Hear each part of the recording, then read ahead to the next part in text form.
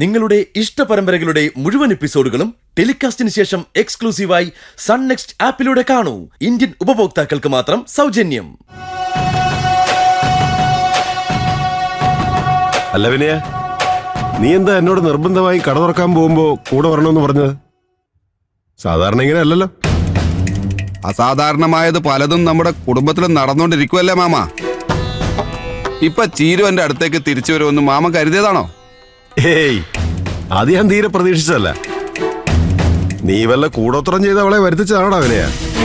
അവക്കിപ്പം നിന്നോട് വലിയ സ്നേഹമാണെന്നൊക്കെ ലതി എന്നോട് പറഞ്ഞു. കൂടോത്രമൊന്നും അല്ല മാമ. നമ്മളെ കൊണ്ടെന്തെങ്കിലും ആവശ്യമുണ്ടെങ്കിൽ അത് നേടിയെടുക്കാൻ ശത്രുക്കൾ നമ്മളെ തേടി ഇങ്ങോട്ട് വരും. ആഹാ, അപ്പൊ ചിലങ്ക നിന്റെ ശത്രുവാണെന്നാണോ നീ പറയുന്നേ?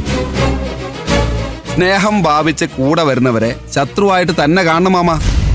അവരേത് നിമിഷവും നമ്മളെ തിരിഞ്ഞു കൊത്തും.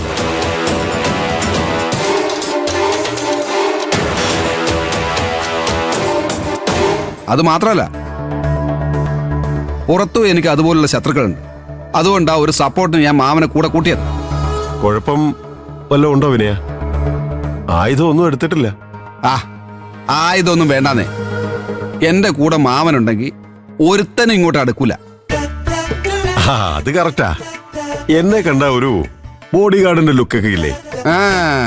ബോഡി ഗാർഡ് ഇങ്ങോട്ട് വാ, പിടിച്ച് നടക്കുമല്ലേ? ധൈര്യമായില്ലേ? അതെ അതെ അതെ.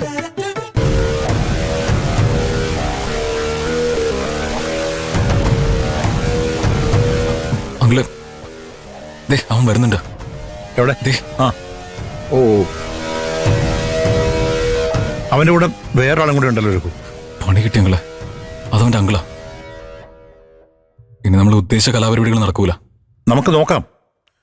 വേറെന്തെങ്കിലും കാര്യം പറഞ്ഞ് വിനയനെ കൊണ്ടുപോകാൻ പറ്റിയല്ലോ.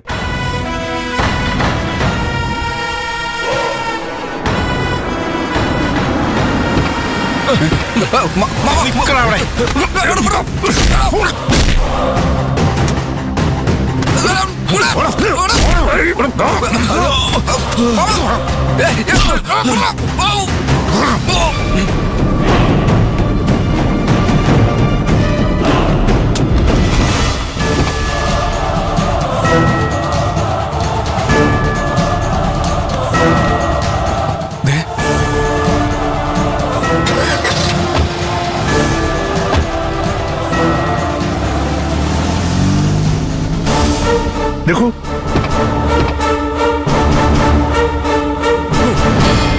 രഘു, ഇത് എന്താ ഇവിടെ നടക്കണത്?